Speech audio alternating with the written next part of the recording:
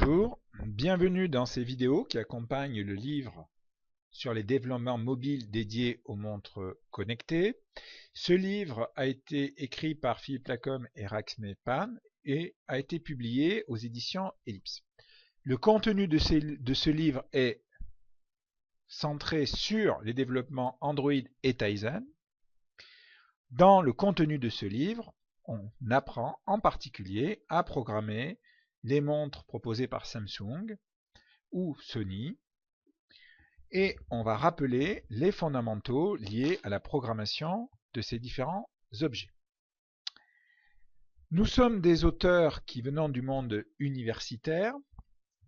Nous avons publié déjà chacun des livres dans la collection Ellipse, mais aussi dans d'autres collections, et nous sommes des enseignants-chercheurs de l'université actifs dans des domaines de recherche variés qui vont des web services jusqu'aux problèmes d'optimisation. Vous pouvez, si vous le souhaitez, nous retrouver sur les pages auteurs du site Amazon. Vous trouverez sur ces différentes pages une courte présentation de nos travaux et de nos ouvrages pédagogiques, que ce soit en ce qui concerne Philippe Lacombe ou Raxme Pan. Nous vous souhaitons une très bonne lecture du livre et nous espérons que vous trouverez dans les différentes vidéos les réponses à vos questions et que ces vidéos vous aideront à approfondir le contenu du livre. À très bientôt.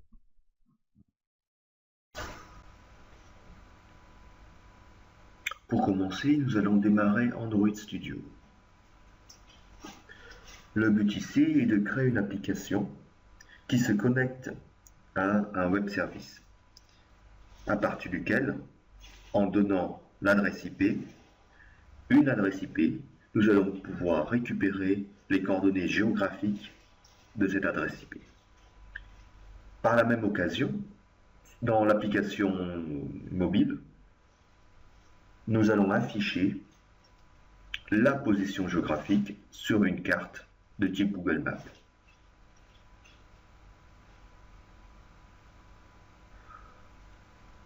Cette vidéo accompagne le chapitre 3 de notre livre, le chapitre 3 dans lequel le lecteur trouvera beaucoup plus d'informations que cette vidéo, dont le seul but est de donner une idée des manipulations à réaliser.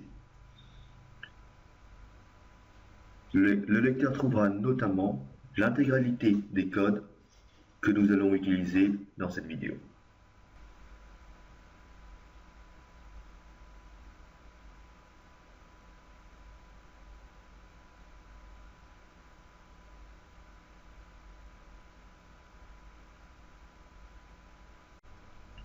Le démarrage d'Android Studio prend toujours un certain temps.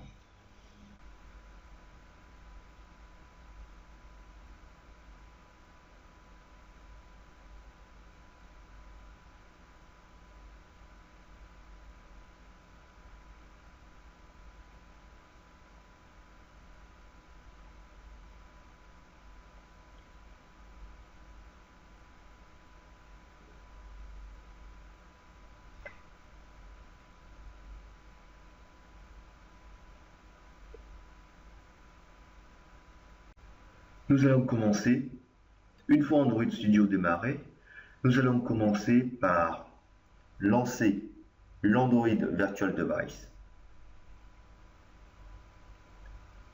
afin de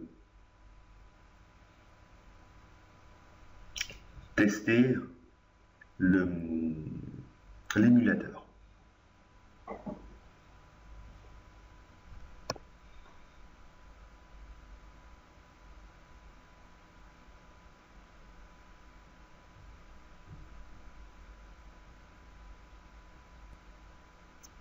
Voilà, Android Studio a fini de démarrer.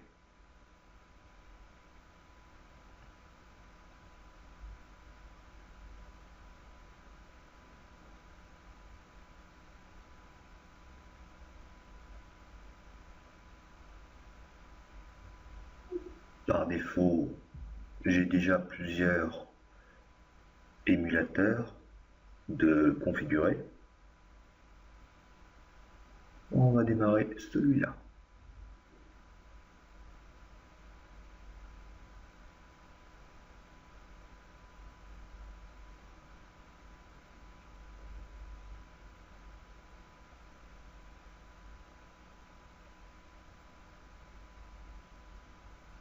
Une fois l'émulateur démarré, nous allons pouvoir ensuite déployer notre application sur l'émulateur. Voilà l'émulateur. Il est en cours de démarrage.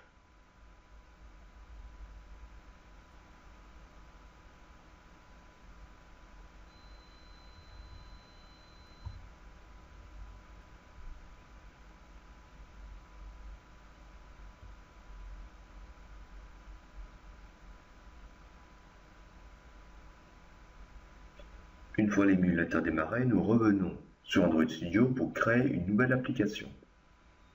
Un nouveau projet qui s'appellera IP Location. Bon, j'adapte juste le domaine ainsi que le dossier. Vous voyez que le dossier, c'est un dossier IP Location 2, tout simplement parce que c'est la deuxième version que je crée. Bon, pour la version d'Android, prenons la 4.1 par exemple.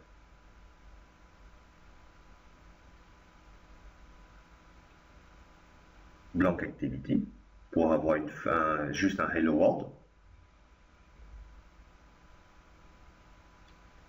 Ainsi, le nouveau projet, du moins l'interface du nouveau projet, se résume à un Hello World.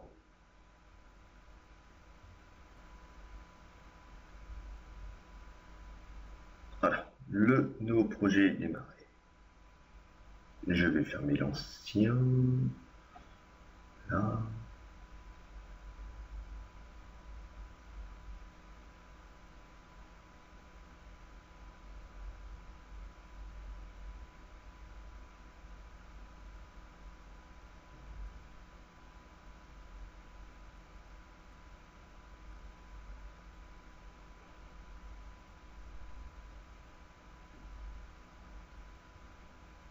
Voilà, allez, l'ancien est fermé. Donc, voyons le nouveau projet. IP Location 2.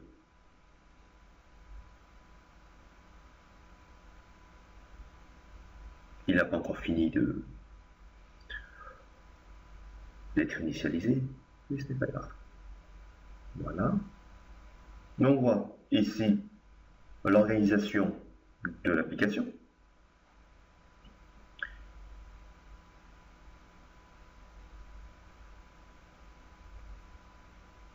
Ici, les palettes, les boutons, et dans la zone grise, ce que ça donne, le rendu de l'interface.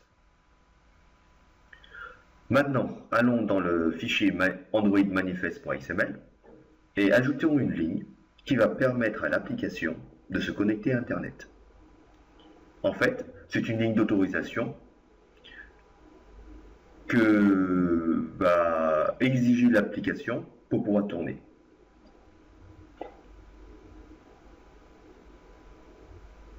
Donc, puisque notre application a besoin de se connecter sur Internet, il faut qu'on décrive cette ligne pour informer les futurs utilisateurs qui voudront utiliser cette application, qu'ils auront besoin, enfin qui doivent autoriser l'accès à Internet de l'application. Maintenant, testons l'application avec simplement un Hello World, donc, pour vérifier qu'à l'état initial, tout cela fonctionne correctement. Là, nous n'avons rien fait encore.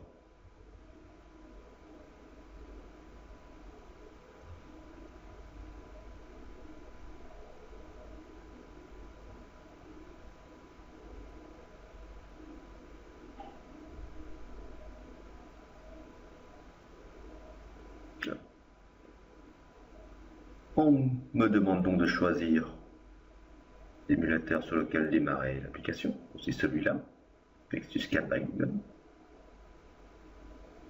qu'on retrouve ici, Nexus 4 by Google. Oui, je choisis celui-là. Bon, petit message en disant que voilà. Hello World. Au départ, le projet fonctionne correctement. À présent, voilà.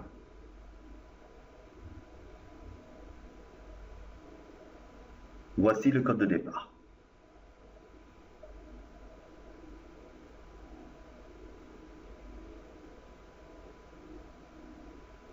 l'interface de départ.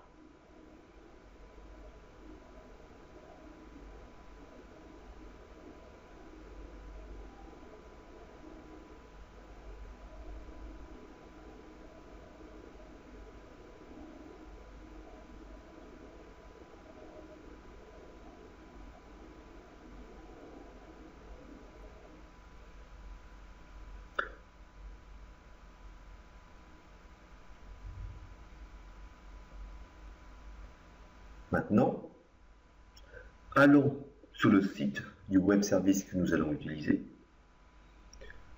et il faudra s'enregistrer afin d'obtenir une clé pour utiliser le web service. C'est cela que nous allons montrer.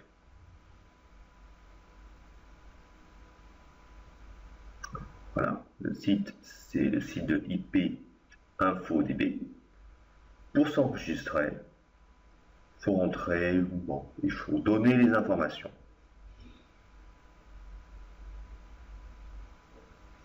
Qui nous concerne. Et entrer et valider le CAPTCHA.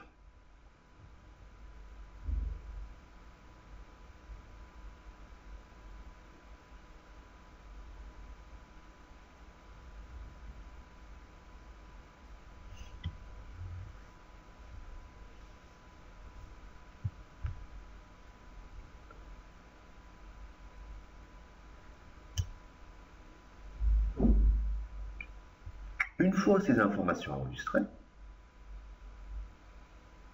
je vais avoir accès à une clé qui va justement me permettre de faire la requête à cette adresse-là. Donc, ça, c'est l'adresse IP dont je souhaite avoir la localisation. Et ça, c'est la clé. C'est la partie clé qu'il faut que à laquelle je dois remplacer par la clé que j'ai obtenue après m'être enregistré. Je vais donc coller ma clé, qui est assez long d'ailleurs, voilà, tout simplement. Et avec la clé, maintenant, c'est l'adresse IP est localisée en Auvergne, à Clermont-Ferrand, avec le code postal 63 972. Latitude et longitude. Ce sont ces mêmes latitudes et longitudes que nous allons utiliser tout à l'heure pour afficher le point sur la carte Google Maps. Maintenant que le web service fonctionne bien, avec la bonne clé, revenons sur l'application afin de commencer à préparer l'interface graphique de l'application sur le téléphone.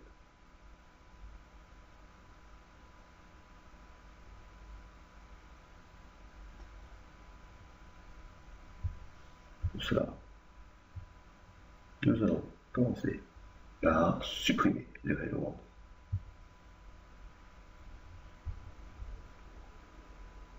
Ensuite, on placera un zone texte de type large texte.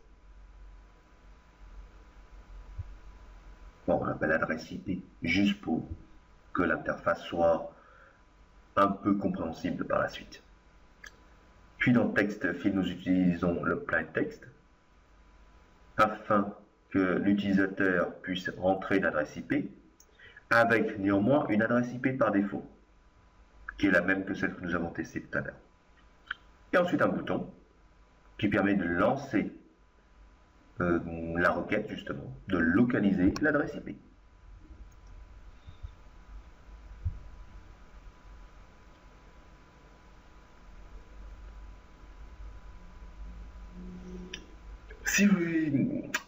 Il est normal que vous constatez quelques différences entre ce que nous voyons ici avec ce que nous avons avec les imprimés d'écran du chapitre 3. Dans la mesure où Android Studio a changé de version. Voilà. Donc, maintenant, nous ajoutons une autre ligne multiline texte afin justement d'afficher les informations sous forme de texte sur l'adresse IP. Et enfin, nous allons placer un Web View qui permettra d'afficher la carte Google.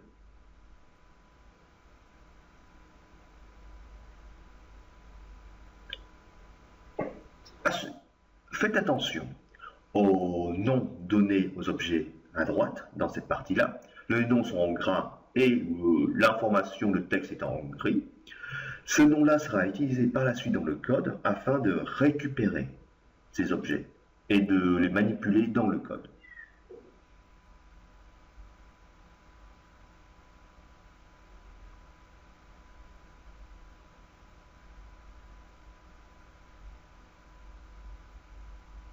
Par défaut, je vais donc entrer une adresse IP, qui est celle utilisée tout à l'heure,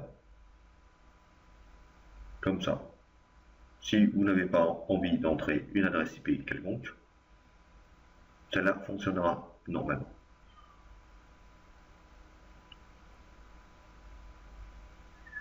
Retestons l'application.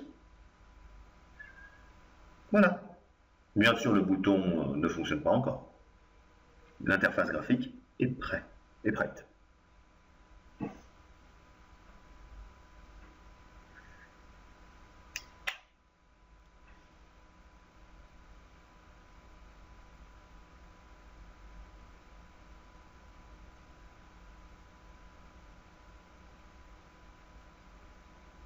À présent, entrons dans le code.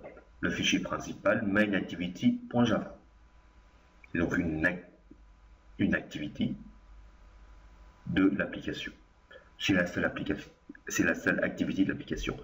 Nous allons donc commencer dans le code par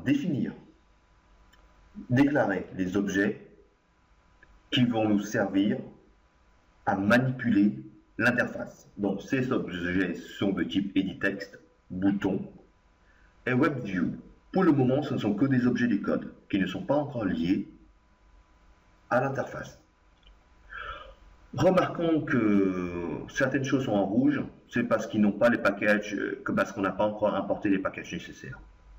Pour remédier à cela, il suffit d'importer les packages nécessaires, qui sont bien sûr inclus dans Android. Une fois ces objets déclarés, il faut les lier à l'interface. Donc, pour cela, nous le faisons dans onCreate. Voilà comment lier ces 4 objets à l'interface. Donc, findViewById, on relie EditText 1 à l'objet de l'interface qui s'appelle EditText. Et ainsi de suite. La méthode onCreate, c'est la méthode qui est appelée lors de la création de l'application, ou plutôt de l'activité. Maintenant, il ne reste plus qu'à configurer le bouton localiser adresse IP, ici appelé bouton 1.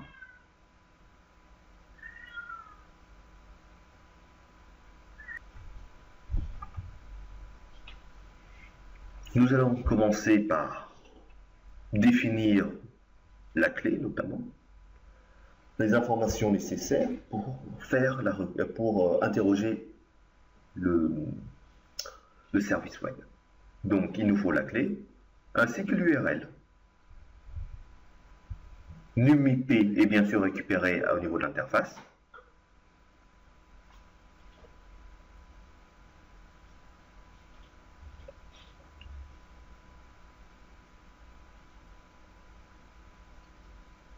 Ensuite, je suis tenté de dire il n'y a plus qu'à interroger le web service. Le code vous est donné ici.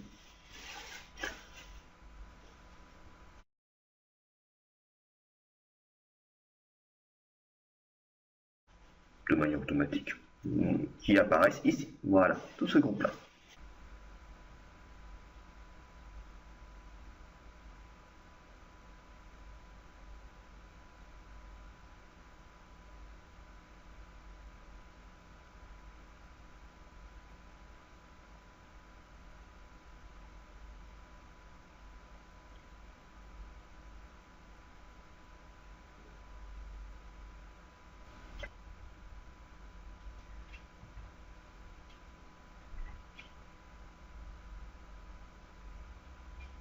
Ensuite, nous récupérons le résultat, ici sous forme texte et en format HTML, c'est résout. Et il faut à présent, puisque c'est du X sous format HTML, non, sous format XML. Et puis, À présent, puisque c'est sous format XML, il faut parser le résultat, c'est-à-dire récupérer les informations importantes. C'est ce que va permettre de faire le code, les lignes suivantes.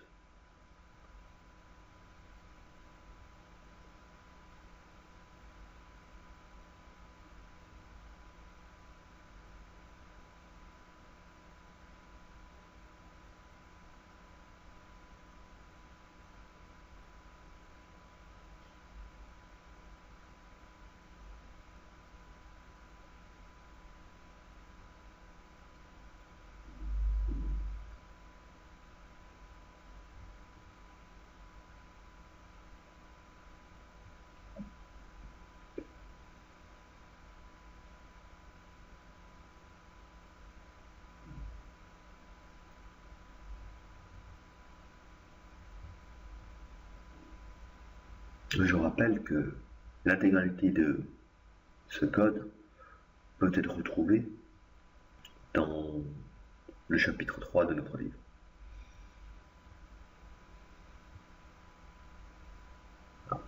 Là, je viens de coller la partie qui parcourt, c'est pour ça c'est plusieurs boucles for, qui parcourt les données XML et qui parse en gros les données XML, qui récupère, qui sauvegarde au fur et à mesure les informations qui nous seront utiles tout à l'heure, qui seront affichées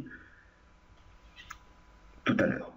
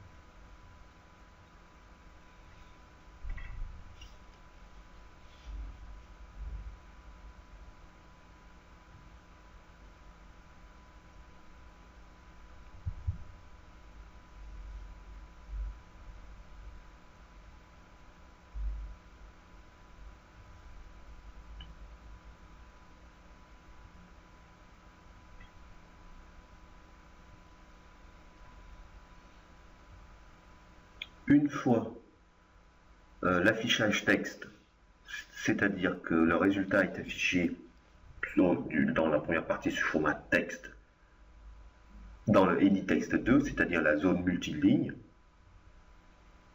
nous allons pouvoir passer à l'affichage sur le web view, c'est-à-dire la carte. Pour cela, nous allons faire une requête auprès de Google Maps.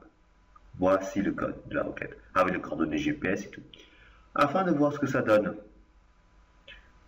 en fait, dans une page web, nous allons copier ce code, enfin copier cette ligne HTML et le coller dans un navigateur.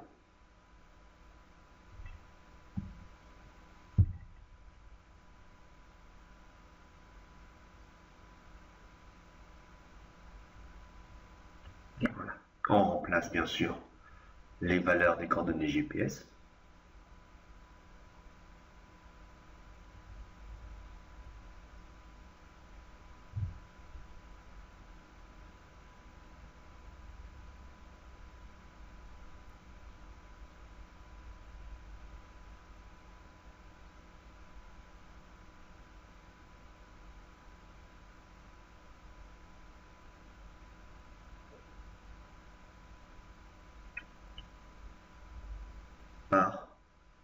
On remplace les valeurs des coordonnées GPS par les valeurs que nous avons trouvées.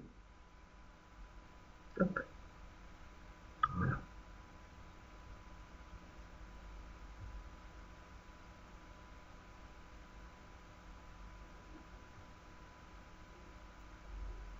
Voilà ce que nous obtenons.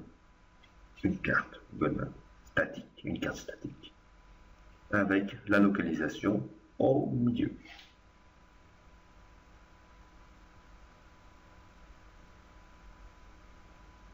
Voilà, dans notre code où nous avons récupéré les coordonnées GPS. Utilisons maintenant cette URL2 afin de l'afficher dans le WebView. Voilà le WebView. Encore des imports de classe. Enfin, encore des imports de package.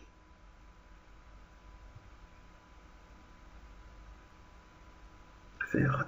Et le WebView ouvre l'autre URL, l'URL2 que nous avons donné précédemment.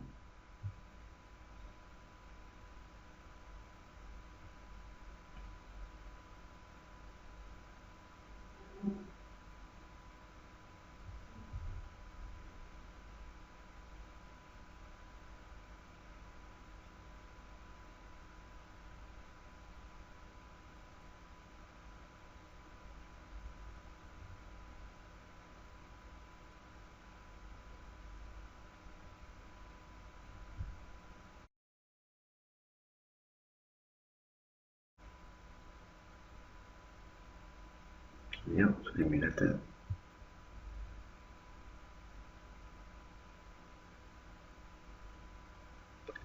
Et voilà.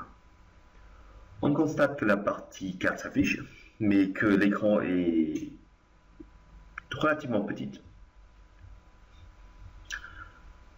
Pour cela, nous allons modifier un tout petit peu notre device. Ou alors...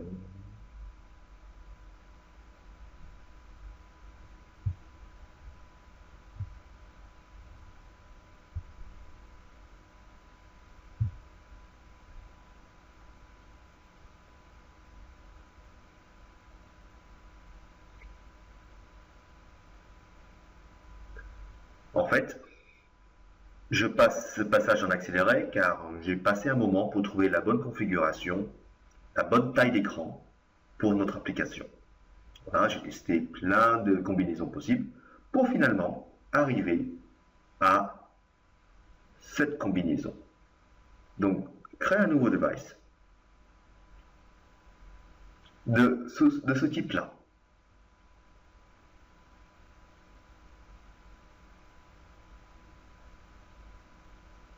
C'est lequel est celui-là.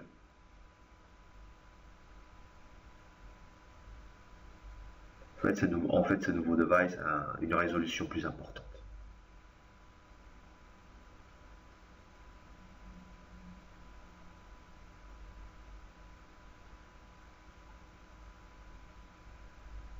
OK. Maintenant que le nouveau device est démarré, voilà, hop, nous allons exécuter l'application sur le nouveau device.